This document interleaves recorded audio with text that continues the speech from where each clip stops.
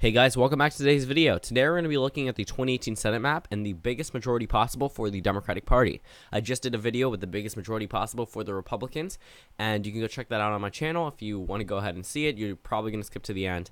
And if you want to hear my reasoning, because some of the calls you may not agree in that video, you actually might want to go to right before the end, because I talk about some of the more contested states near then. But again, we are talking about the best case scenario for the Democrats in 2018. So I'm going to start off with the Republican states because right now, actually no, we'll start off with the Democratic states, obviously, because I have to scroll up to get that color switcher because I don't want to click through it every time for you guys. But when we talk about the states like Virginia, New Mexico, these states are probably going to retain in the Democratic column, along with the Minnesota special election, Wisconsin, Michigan, Pennsylvania, and New Jersey, and Maine, even with mildly unpopular incumbents in the best case scenario. Essentially, that's what this is. It's a little bit different than the best possible scenario because, again, some of these races calls may not be the most realistic, but it's just everything would have to go right for the Democrats in this scenario. Puts the Democrats at 42. We go over to states like Montana. They still don't have a GOP. Matt Rosendale is not that good of a GOP opponent until we start seeing him doing better in opinion polls. I'm still going to leave that race in the Democratic column, even in regular predictions. Phil Bredesen currently leading, even in a new poll taken out of the state of Tennessee.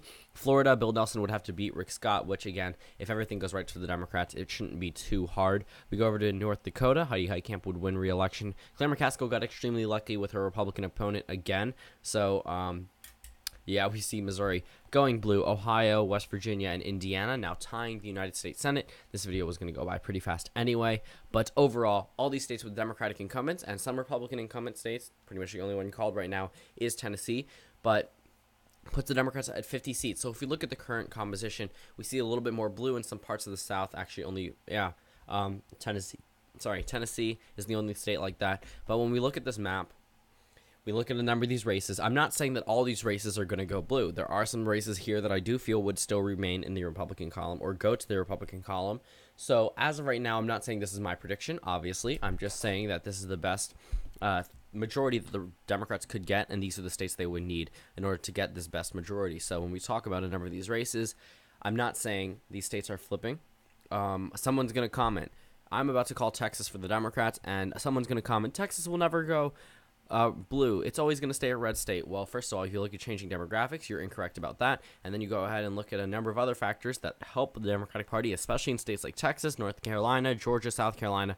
A number of these races where there are a number of minority voters that are coming in, especially in future elections. You're going to be in for a surprise in 2024 and future elections because, again, when we look at this map, the electoral map already favors the Democrats. You take away Texas from the Republicans, they're never winning a future election unless they're able to drastically change where they campaign and where they perform out better. Because keep in mind, you take away Texas and give that one to Hillary Clinton back in 2016, Donald Trump would still lose.